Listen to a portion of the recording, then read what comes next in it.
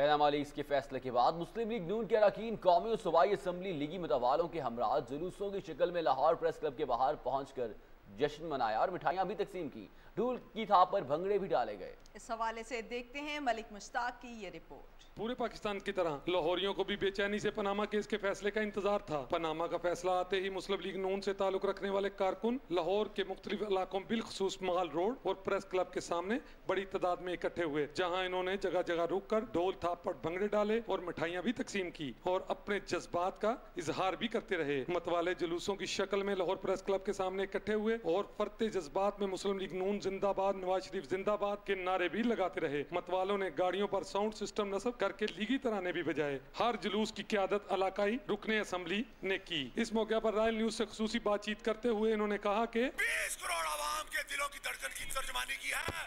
بجلی, بدعملی, load shedding اور جو میگا پروجیکٹ میاں نواز شریف تعلیم کے لیے, تربیت کے لیے جو جاری ہیں, اس کی وزیر اعظم کی توثیق کی گئی ہے. پاکستانی قوم کے لیے انتہائی خوشی کا دن ہے کہ پاکستان کی آزاد عدلیہ نے آج میاں محمد نواز شریف کے حق میں فیصلہ دے دیا ہے.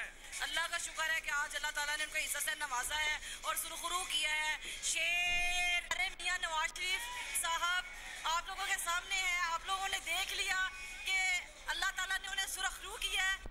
ہمیں یہی چاہیے, میاں نواز شریف زندہ باد, ہم تمہارے ساتھ ہیں. اور یہ فیصلہ ایک حق اور سچ کی فتح ہے, پاکستان قوم کی فتح ہے. خوش رہنا اور خوشی سب کا حق ہے.